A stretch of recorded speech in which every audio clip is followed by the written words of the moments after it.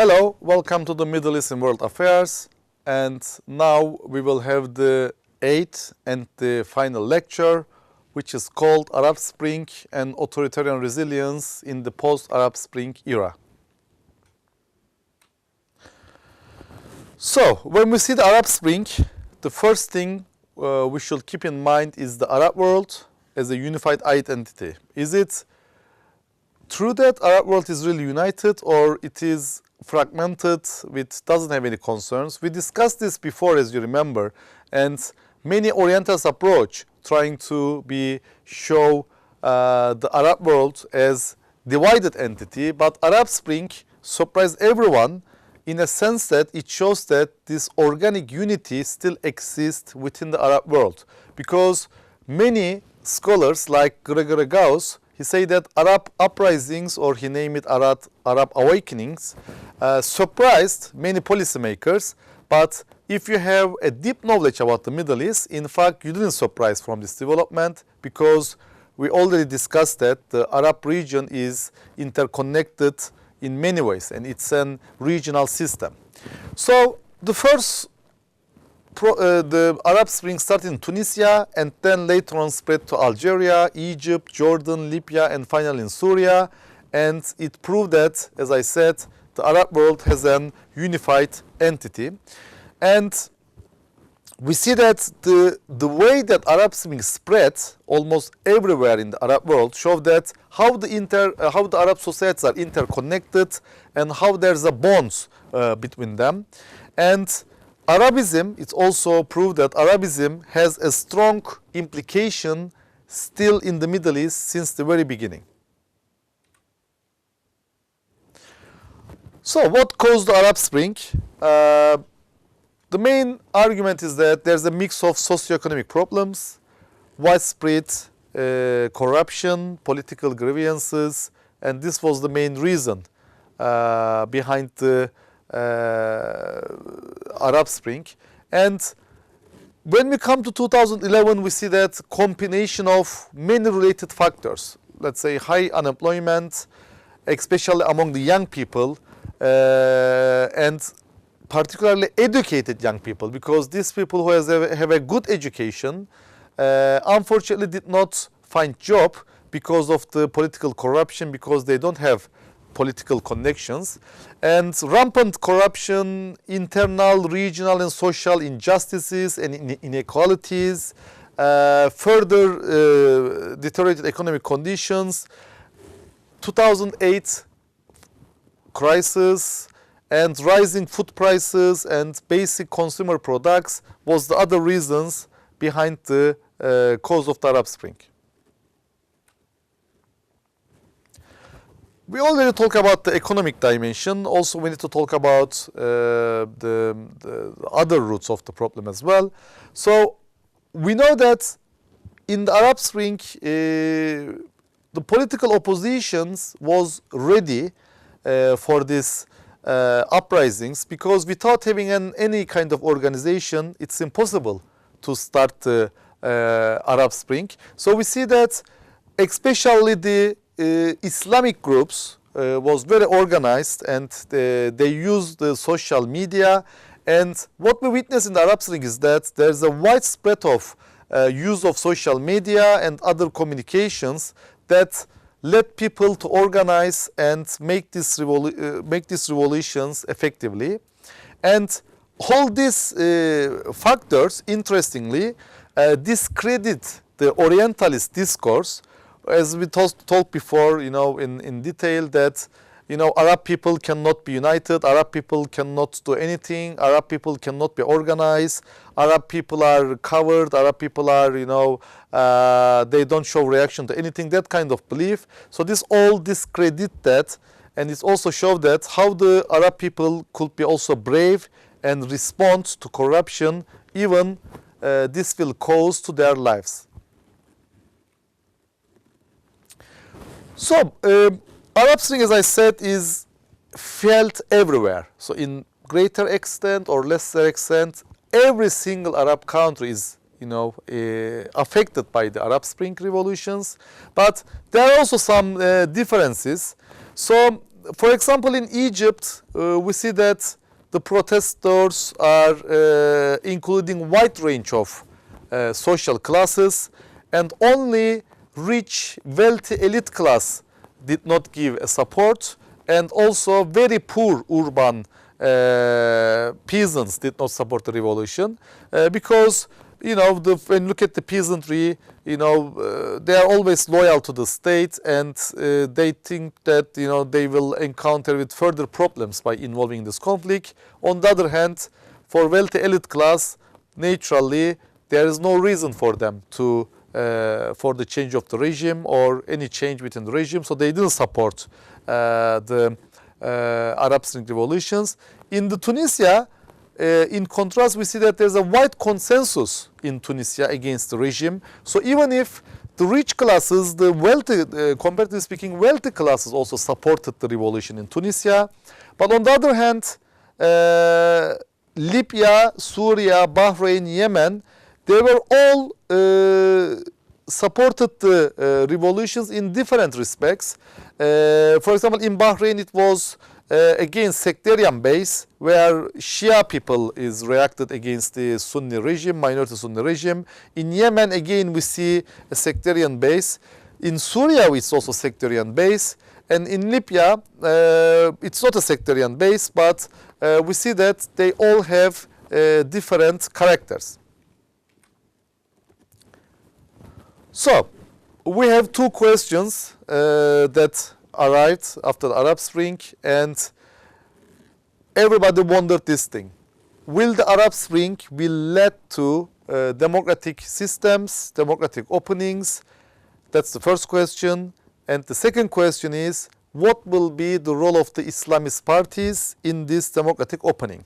So, as you know that in Western media, Western academia, there was a concern about the role of the Islamists in this Arab Spring. So some of the governments and the media in European countries show a strong reaction to Islamists, and they again put forward the idea that if the Islamists come to power, they will turn to new dictatorship, and this will be the rule of the dictators, and Islamists come for the first time and the last time, which there will not be any change in terms of the rule. So this was the concerns.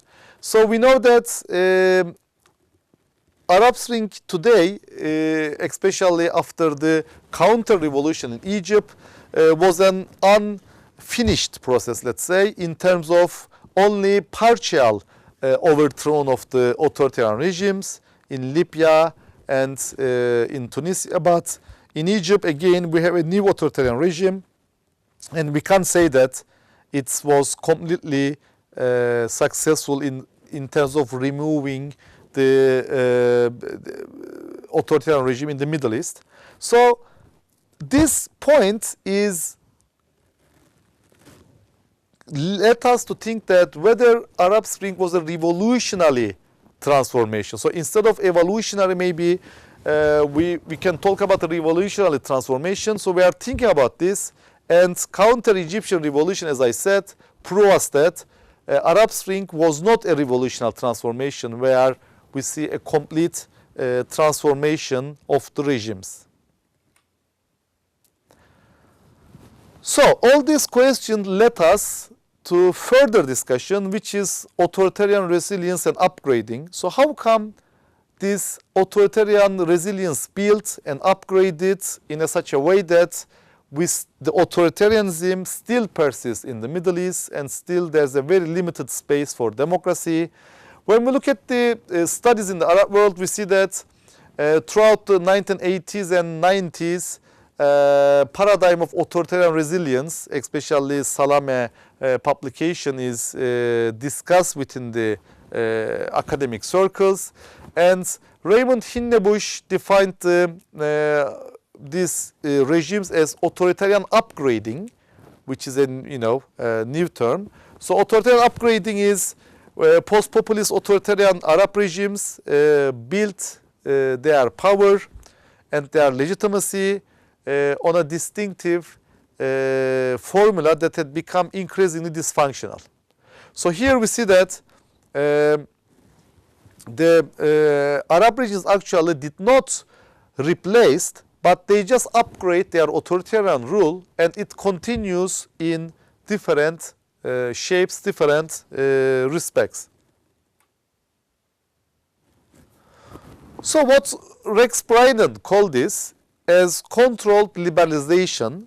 So according to Rex Bryden, even the post-Spring era, we see that a new kind of authoritarian upgrading have been built, have been constructed, where the regimes try to respond to masses' demands in terms of social, economic, and technological ways. So here, rather than explaining it solely by true lack of mobilism, they just somehow upgrade and somehow partially responded to social, economic, and technological demands of their society.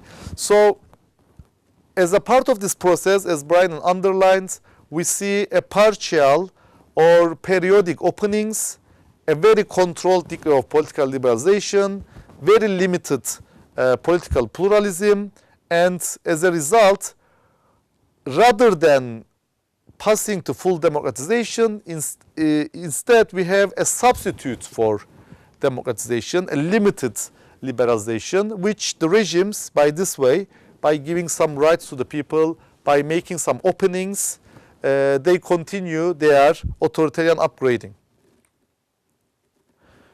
So, neo-patrimonialism, this is a neo-Weberian concept, neo-patrimonialism, and it's a sort of hybrid of personal and bureaucratic authority. So instead of just ruling by, let's say, single person rule, we see that in neo-patrimonialism there is a sort of coalition and alliance between personal and bureaucratic authority.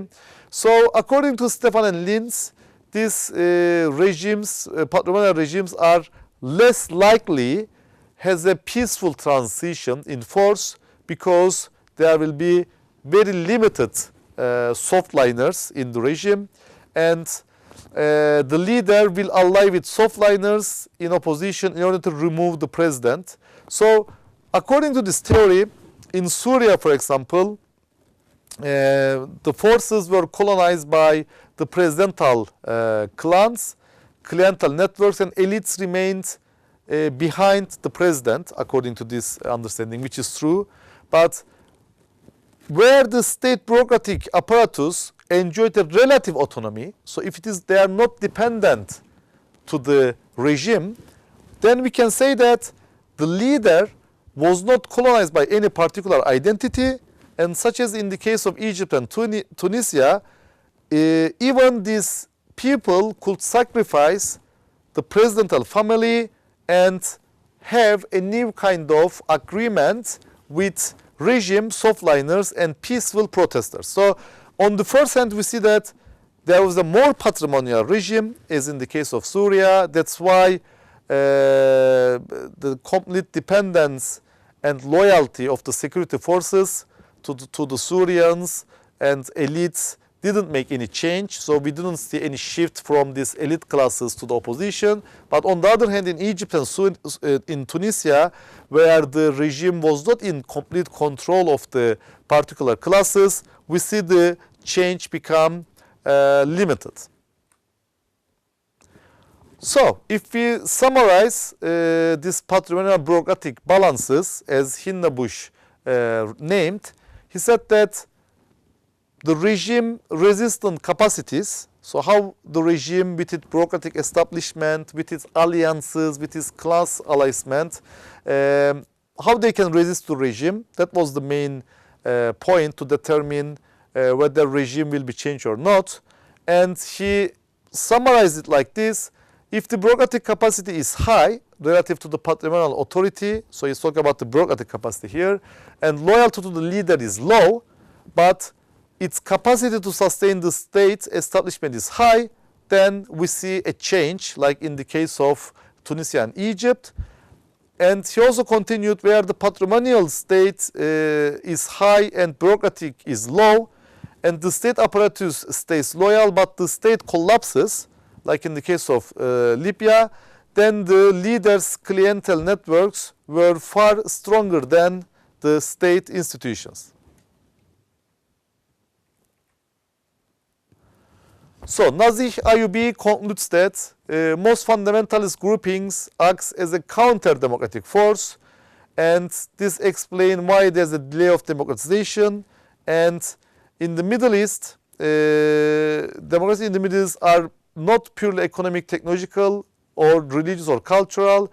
And he said that there's a very limited doubt that refusal by ruling elites to allow an element of participation for the Islamic movements is an added causes for the slow pace of democratization in many Muslim societies. So here we see that in the Middle East, the reasons of autocracy is not just because of the religious or cultural, there's also economic aspects of it, and more importantly, many regimes and also many external regimes, European countries, Western countries, are also against the Islamist governments.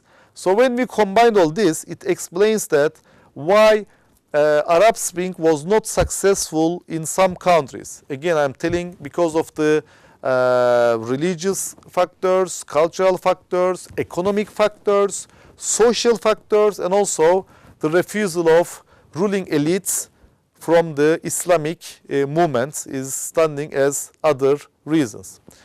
So, thank you for listening. I hope during this class you benefited from the discussions of the Middle East. I try to provide you not only the mainstream approaches, not only the mainstream perception about the Middle East, I try to also figure out and try to demonstrate to you here the alternative views, the anti-Orientalist and critics of Orientalist approaches and views in order to have a better and balanced understanding of the Middle East. So hopefully you enjoy it. Thank you for listening.